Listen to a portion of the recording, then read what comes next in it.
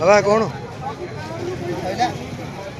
पुरी जिला गोप थाना अंतर्गत बेगुनिया छक निकट एक बालेनो कार घटाई सीरीज दुर्घटना फल तीन जन बाइक रही अति गुरुतर हो मेडिकल रे भर्ती होइछंती।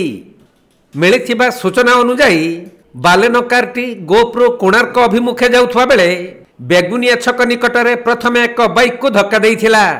एहा परे कारटी भारसाम्य हराई अन्य एक गाड़ी उपरे माड़ी जिबारु घटनास्थल रे तीन जन अति गुरुतर होई पड़िथिले।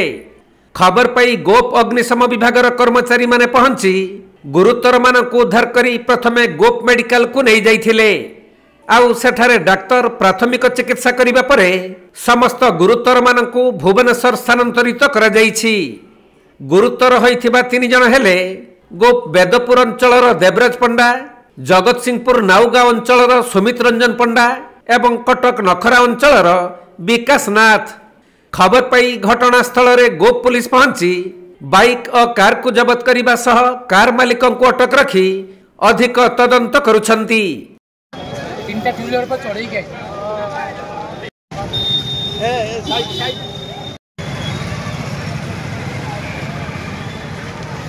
दीटा गोड़ भांगी जाइछि गोटे लोक पर कार चढ़ी जाइछि मरि जिवो कोन गोड़ भांगी जाइछि गाड़ी को काच भांगी जाइछि ना लोक